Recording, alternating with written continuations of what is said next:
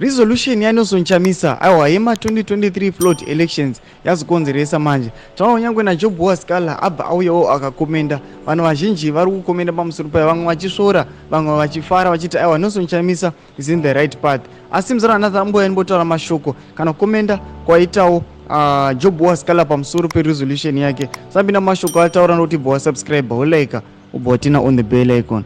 Nokuti anoyanyora achiti leave Chamisa alone. If he is not thorny in your flesh, you would not create these fake accounts in my name to diss him. You are getting nightmares. That's why you are resorting to these stupid tactics.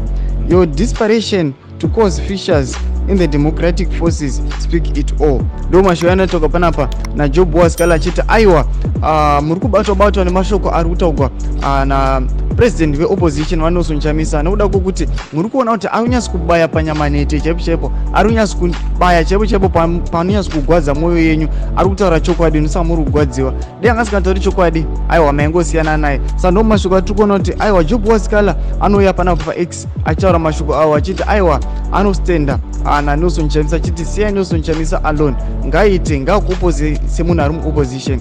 Votudze mafungiro enyu nokudii pamusoro pemashoko aJob Sikhala. Pinda mucomment section medu musaka no subscribe kulike channel tina on the bell icon.